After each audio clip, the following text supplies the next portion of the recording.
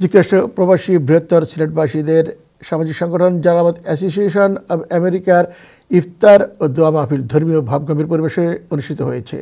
সভাপতি বদরুল হোসেন খান ও ভারপ্রাপ্ত সাধারণ সম্পাদক রুকন হাকিম নেতৃত্বাধীন অ্যাসোসিয়েশন রোববার সন্ধ্যায় নিউ ইয়র্ক সিটির উডসাইডের গুলশান টেরেসে এই মাহফিলের আয়োজন করে।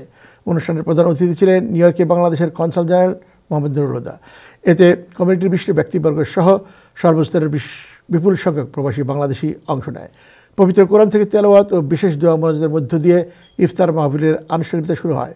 দোয়া পরিচালনা করেন শশীনার পীর মোহাম্মদ সাইফুল্লাহ সিদ্দিকী।